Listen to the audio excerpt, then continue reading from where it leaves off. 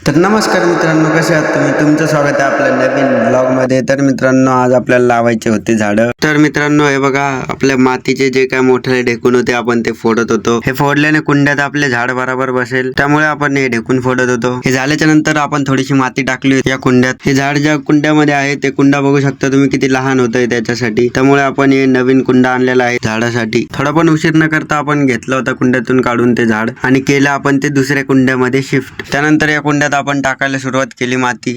बघू शकता तुम्ही, माती टाकणे झाल्यावर लगेच आपण दिलं यांना पाणी. त्याच्यानंतर लगेच आपण घेतलं होतं दुसरं झाड लावण्यासाठी. सगळी झाडे लावून झाल्याच्या नंतर आपण सोडलं होतं सगळ्यांसाठी पाणी. सगळं झाल्यानंतर आपण इथलची साफसफाई पण करून घेतली होती. एवढं सगळं होतं ना होतं लगेच आपल्याकडे आलं होतं पाणी. एवढं सगळं झाल्याच्या नंतर रात्री आपण बनवला मग रस.